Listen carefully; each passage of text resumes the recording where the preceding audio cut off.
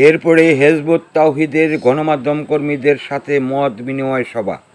ANB news multimedia প্রতিবেদন। শেরপুরে হেজবুত তাওহীদের উদ্যোগে শান্তিময় সমাজ বিনির্মাণে তৌহিদ ভিত্তিক ব্যবস্থার বিকল্প নেই শীর্ষক গণমাধ্যম কর্মীদের সাথে মত বিনিময় সভা অনুষ্ঠিত হয়েছে।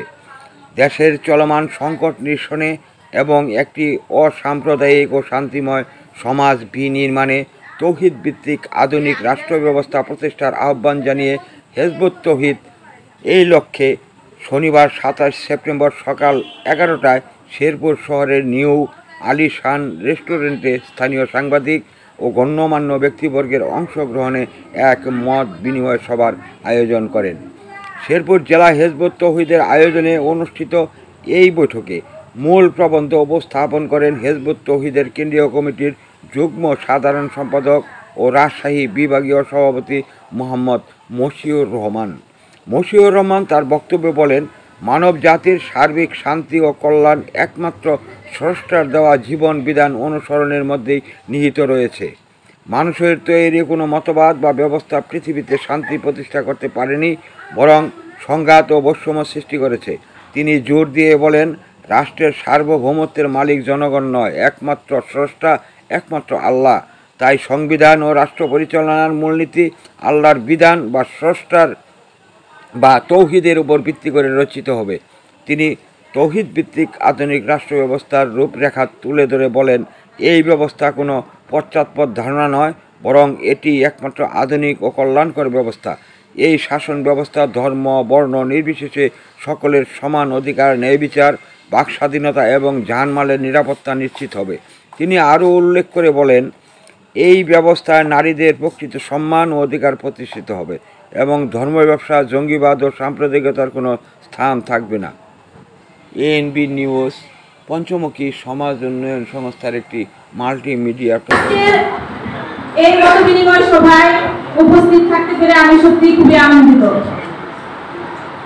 আমি রুজিনা আক্তার, ময়মনসিংহ বিভাগীয় নারী বিষয়ক সম্পাদকের দায়িত্বে আছি। যেহেতু আমি নারী বিষয়ক সম্পাদক, সেহেতু আমি নারীদের বিষয়ে একটা কথা বলতে চাই আপনাদের সামনে। আল্লাহ পুরুষদেরকে সৃষ্টি করেছেন এবং নারীদেরকেও সৃষ্টি করেছেন। আল্লাহ পবিত্র কোরআনে বলেছেন যে আমি একজন থেকে তোমাদেরকে সৃষ্টি করিয়াছি, অতঃপর তার থেকে আমি তোমাদের জোড়া সৃষ্টি করিয়াছি, যাতে তোমরা শান্তি পাও। এটা পবিত্র কোরআনের সূরা আরাফের 189 নং আয়াতে আল্লাহ বলেছেন। এবং আল্লাহ আরো বলেছেন যে তারা তোমাদের পরিচ্ছদ এবং তোমরা তাদের পরিচ্ছদ। পবিত্র কোরআনে সূরা বাকারার 187 নম্বর আয়াতে আল্লাহ বলেছেন। এবং আল্লাহর আরো কিছু কথা আছে। তিনি বলেছেন যে আমি তোমাদের মধ্য থেকে তোমাদের সঙ্গিনী সৃষ্টি করিয়াছি এবং তোমাদের মধ্যে পারস্পরিক ভালোবাসা এবং সম্প্রীতি সৃষ্টি করিয়াছি, যাতে তোমরা শান্তি পাও। এটা পবিত্র কোরআনের সূরা নূরের 21 নম্বর আয়াতে আল্লাহ বলেছেন। এতে আমরা বুঝতেই পারছি সহজভাবে যে নারী আল্লাহর একটা স্পেশাল সৃষ্টি এবং নিদর্শন। নারীরা তাদের কর্মদক্ষতা, মেধা, যোগ্যতা, শক্তি, সামর্থ্য ইত্যাদি অনুযায়ী পুরুষদের পাশাপাশি রাষ্ট্রীয় বিভিন্ন দপ্তরে বিভিন্ন ক্ষেত্রে জাতীয় জীবনে তারা ভূমিকা রাখবে স্বাধীনতার সঙ্গে। এটাই হচ্ছে আল্লাহর চাওয়া, এটাই হচ্ছে আল্লাহর নীতি। যুগে যুগে যত নবী রাসূল আসছেন, তারা সবাই এই নারীদের সম্মান এবং অধিকার প্রতিষ্ঠা করার জন্য নিরলসভাবে সংগ্রাম করে গেছেন। কিন্তু আমরা ইতিহাসে দেখতে পাই এবং বিভিন্ন সভ্যতায় দেখতে পাই যে এই নারীদেরকে আসলে বিভিন্ন ধরনের দেশাচার এবং লোকাচার দিয়ে, বিভিন্ন ধরনের ধর্মীয় ফতোয়া দিয়ে তাদেরকে গৃহবন্দী করে রাখা হয়েছে, বাক্সবন্দী করে রাখা হয়েছে। আপনারা জানেন, বর্তমান সরকার বাংলাদেশের আর্থ-সামাজিক রাজনৈতিক অবস্থা বিবেচনা করে বাংলাদেশের রাষ্ট্র ব্যবস্থা সংস্কারের উদ্যোগ গ্রহণ করেছেন। বর্তমান সরকার বিভিন্ন রাজনৈতিক দল, বিভিন্ন ব্যক্তি, বিভিন্ন সংগঠনের কাছে রাষ্ট্র ব্যবস্থা সংস্কারের প্রস্তাবনা করেছেন। তারই ধারাবাহিকতায় হেজবুত তাওহীদের সর্বস্তরে বাংলাদেশের বিভিন্ন বিভাগীয় শহর, গুরুত্বপূর্ণ জেলা আমরা ইতিমধ্যেই গণমাধ্যম কর্মী, সুধী সমাজ, শিক্ষক, অ্যাডভোকেট, সুশীল সমাজ, সাংস্কৃতিক অঙ্গনের সকলকে নিয়ে আমরা আমাদের প্রস্তাবিত রাষ্ট্র ব্যবস্থা নিয়ে তাদের সাথে মত বিনিময় করে যাচ্ছি। তারই ধারাবাহিকতায় আজকে এই শেরপুর জেলায় সম্মানিত গণমাধ্যম কর্মীদের নিয়ে আমাদের আজকের এই প্রস্তাবিত রাষ্ট্র ব্যবস্থার উপরে মত বিনিময় সভা। আমি গণমাধ্যম কর্মীদের দৃষ্টি আকলে আমরা আজকে কথা বলছি। একটা দেশে শান্তি শৃঙ্খলা থাকবে কি থাকবে না, সেই দেশের মানুষ নিরাপদে থাকবে কি থাকবে না, সেই দেশের মানুষ তার মৌলিক অধিকার পাবে কি পাবে না, সেটা সম্পূর্ণভাবে নির্ভর করছে রাষ্ট্র ব্যবস্থার উপরে, একটি জীবন ব্যবস্থার উপরে। আজকে আমাদের দেশে যে রাষ্ট্র ব্যবস্থা আছে, সকলেই এই বিদ্যমান রাষ্ট্র ব্যবস্থাকে বিভিন্ন অঙ্গনে সংস্কার করার জন্য প্রস্তাবনা দিয়েছেন। আমরা হিজবুত তৌহিদের পক্ষ থেকে পরিষ্কারভাবে বলে দিয়েছি যে বিদ্যমান যে রাষ্ট্র ব্যবস্থা রয়েছে, এই রাষ্ট্র ব্যবস্থাকে টিকিয়ে রেখে যতই সংস্কার করা হোক না কেন, কোনোভাবেই আমাদের রাষ্ট্রের স্থিতিশীলতা আসবে না, কোনোভাবেই আমাদের রাষ্ট্রের আইন শৃঙ্খলা ফিরে আসবে না, কোনোভাবেই মানুষ তার মৌলিক অধিকার ফিরে পাবে না। আমি আবার বলছি, বিদ্যমান যে রাষ্ট্র ব্যবস্থা রয়েছে, এই রাষ্ট্র ব্যবস্থার যতই সংস্কার করা হোক না কেন, এই বিদ্যমান রাষ্ট্র ব্যবস্থা দিয়ে আমাদের শান্তি, নিরাপত্তা, অধিকার ফিরে আসবে না। পরিষ্কার কথা। কেন আসবে না? আসবে না কারণ আজকে যে রাষ্ট্র ব্যবস্থা দিয়ে আমাদের রাষ্ট্র চলছে, এই রাষ্ট্র ব্যবস্থার গোড়া কোথায় সেটা আমাদেরকে বুঝতে হবে।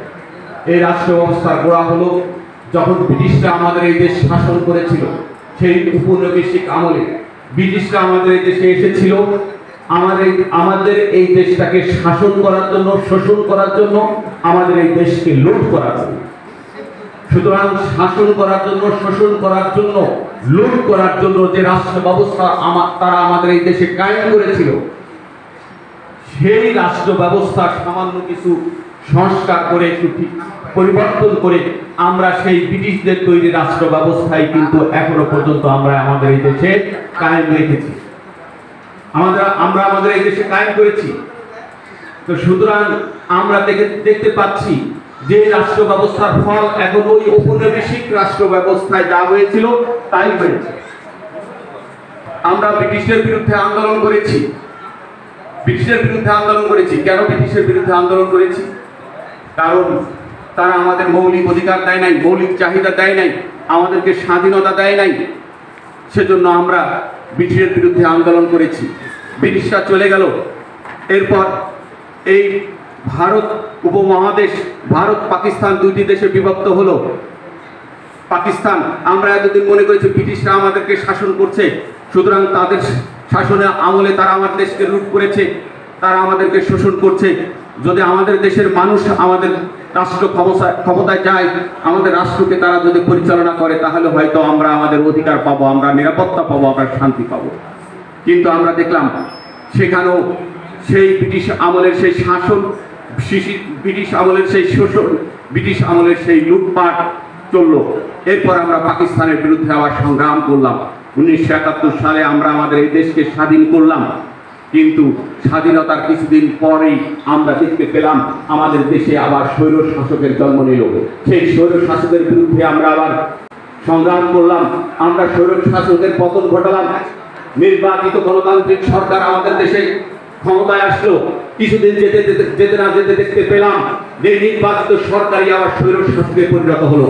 ব্রিটিশের বিরুদ্ধে আন্দোলন করেছে আমাদের দাদার বয়সী মানুষরা, পাকিস্তানের বিরুদ্ধে আন্দোলন করেছে আমার বাবার বয়সী মানুষেরা, প্রথম স্বৈরাচারের বিরুদ্ধে আন্দোলন করেছি আমরা, এখন আন্দোলন করলো আমাদের সন্তানেরা। কিন্তু আমরা কি আমাদের অধিকার পেয়েছি? পাওয়ার কি কোনো সম্ভাবনা আছে? আজকে সামনে নির্বাচন হবে, এখানে গণমাধ্যম কর্মীরা রয়েছেন, আপনারা জাতির দর্পণ, আপনারা জাতির বিবেক।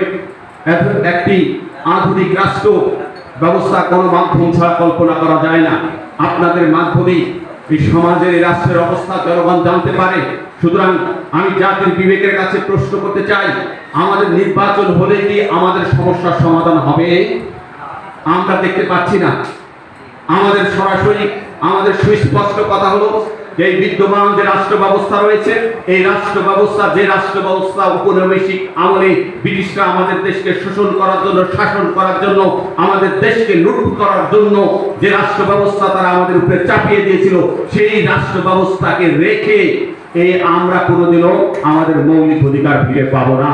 সুতরাং আমাদের প্রস্তাবনা হলো এই রাষ্ট্র ব্যবস্থার মৌলিক পরিবর্তন করতে হবে।